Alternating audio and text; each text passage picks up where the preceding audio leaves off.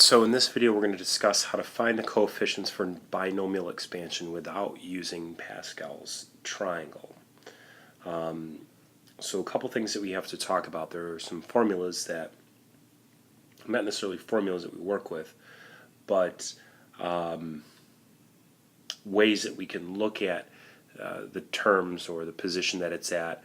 And we're going to start out with Pascal's triangle, but one of the things we want to look at is,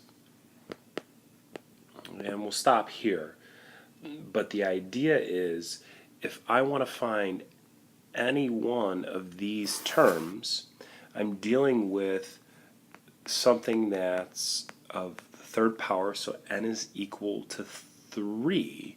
And so if I was going to find each term, I could actually express it using a combination.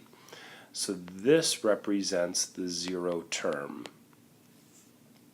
or the coefficient of the zero term. And then so 3c1, 3c2, 3c3. We have, notice, n is 3, terms is equal to n plus 1. And so there's 1, 2, 3, 4 terms. And technically, I don't want to call this the zero term because we're going to consider this the first term, the second term, the third term, and the fourth term.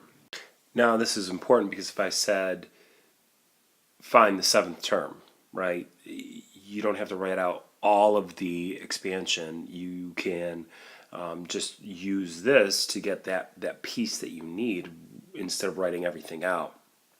And so notice here that this guy is, right, we're dealing with a combination, and we know that it is always NCR.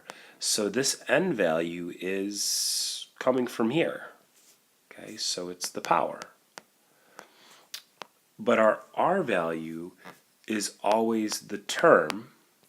So if I wanted to find the third term, the R value is 2. If I wanted to find the fourth term, the R value is 3. So it's always the term minus 1. Okay, so we're going to use that idea to help us when we are trying to find a term. So let's look at this example. It says find the coefficient of the fifth term in the expansion of a plus b, and that's to the seventh power.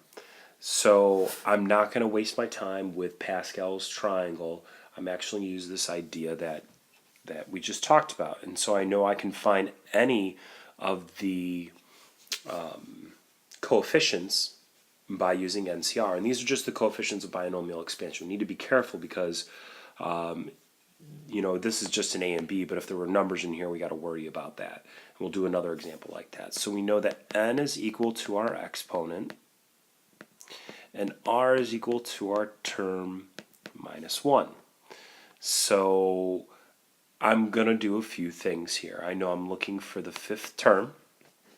Okay, so I know to find the coefficient, I know that it's 7, C, and then it's 5 minus 1 here. And you don't really need to write that, but I'm just putting that so we can see what's going on here. And that's going to equal 35. That's our number. And if we actually go back to the example that we did that was like this, we're going to see that that's what the actual value of the coefficient is. Now, it's going to change when, and so this is how the process works. It's going to change when we're dealing with something like this. Now, I want to find the coefficient of x to the 7th y squared term. So whatever term has this. Okay, so I'm not telling you it's the fifth term, sixth term, so on and so forth. And the other part of this problem that's important is you have a 4x and a 3y. We don't have just a and b or x and y anymore. So these powers are going to change our coefficient because we have, for example, this 4 might be raised to the 7th power. So that's going to change the actual coefficient that we're going to get from Pascal's triangle. So we got a few things that we got to do. So we know that we have n CR, and n is equal to our exponent, and r is going to be our term minus 1. Okay? So I'm dealing with 4x minus 3y to the ninth. And the other thing is, how do I get to this x to the 7th y squared? So I know that x to the 7th y squared, that equals 9. So one of the things I'm going to look at is, I know if it was a to the 9th, b to the 0, right? And then I would go to a to the 8th, b to the 1st, and then I go to a to the 7th, b squared. Oh, that's the one that I want. One of the things that we can use to make life a little bit easier is this idea that we can write each of the actual expressions as a to the n minus r times b to the r, and then in front we're going to have n CR. So this is from Pascal's triangle, and then this is our expression. Anyway, now this guy right here, this one, let me get the highlighter. This guy right here is more than just x to the 7th. The x to the 7th is going to come from this term right here. So we need to consider that this a is going to be the 4x, and then the 7 is going to be that whole piece. But at least what I can do here is I look at this idea as this is going to be 7. Let me change the color. And this one's going to be 2. So I know whatever number this is, that's what I'm going to change the r to. So I'm going to set it up. I have 9 because that's the power, that's the degree, C2. So I know that that is what I'm going to use in Pascal's triangle.